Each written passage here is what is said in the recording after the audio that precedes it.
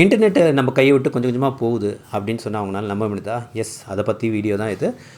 இன்றைக்கி ஈவினிங் ஒரு செஷன், நாளைக்கு மார்னிங் ஒரு செஷன் ஏஐ கோடிங் அசிஸ்டண்ட்டை பற்றி ட்ரைனிங் எடுக்கிறேன். Paid session. உங்களுக்கு இன்ட்ரெஸ்ட் இருந்தால் அட்டென்ட் பண்ணுங்கள். சரி, இந்த டாப்பிக்குள்ளே வருவோம்.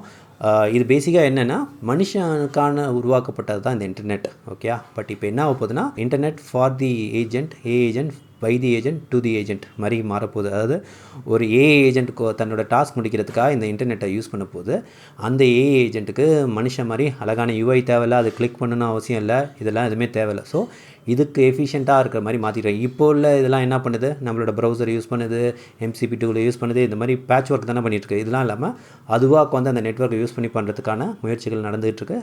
ஏஐ அட்டென்ஷன் எக்கானமின்னு ஒரு தனி டாப்பிக்கே இருக்குது. எப்படி மனுஷனோட அட்டென்ஷன் எடுத்து ஏதாச்சும் பொருள்லாம் விற்கிறாங்களே, ஆடு இதிலலாம். இப்போ என்ன ஆக போகுதுன்னா, இது எல்லாமே வந்து ஏஐ ஏஜென்ட் எடுத்து பண்ண போகுது. ஸோ அதோட அட்டென்ஷன் அது கேதர் பண்ணும். இப்போ ஒருத்தன் வந்து நான் இன்னைக்கு இந்த தேதிக்கு நான் ஃப்ளைட்டு புக் பண்ணித்தா அப்படின்னா, அந்த ஃப்ளைட் அது தேடுறப்ப அதோட ஏஐ ஏஜென்ட்டை வந்து ஏதாச்சும் ஒரு ஆட் வந்து கவர் பண்ணணும். அதை பார்த்து அதை பிடிச்சி போய் அது புக் பண்ணணும். ஸோ இதை நோக்கி மூவ் ஆகிட்டுருக்கு. செம்ம இன்ட்ரெஸ்டிங்காக இருக்குது. இந்த பேப்பர் வேணால் இந்த போஸ்ட்டு கீழே கமெண்ட் பண்ணுங்கள். நான் உங்களுக்கு இந்த லிங்க் அனுப்பி வைக்கிறேன். ஓகே, தேங்க்யூ, பாய்.